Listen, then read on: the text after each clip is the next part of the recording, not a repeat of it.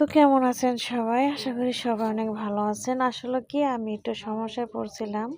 তো বুঝেনই তো কাগজপাতি ছাড়া রাস্তাঘাটে চলতে গেলে বিপদ-আপদের কোনো নাই, শেষ নাই। তো অনেকদিন আমি ভিডিও ইউটিউব চ্যানেলে আমি আপলোড করতে পারিনি বা ফেসবুকেও কোনো ভিডিও আমি দিতে পারিনি। কারণ থানায় বইসে তো আর ভিডিও আপলোড দেওয়া যায় না। যেহেতু পুলিশে ধরছিল, কাগজপাতি ছিল না, পুলিশে ধরছিল, অনেকদিন থানায় ছিলাম। থানায় থাকার পরে আসছি। তো এখন আপনারা সবাই আমার জন্য দোয়া করবেন। আমার যেন অতি তাড়াতাড়ি আমার যেন আকামা হয়।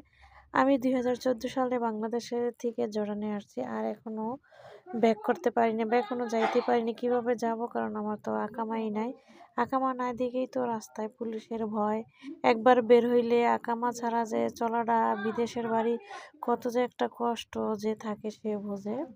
তাই আসলে শরীরও তেমন একটা ভালো না, অসুস্থ, টেনশন, অনেক টাকা পয়সা গেছে সেই টেনশন, তারপরে শরীর একটা অসুস্থ, এটার একটা টেনশন। সবাই দোয়া করবেন আমার জন্য।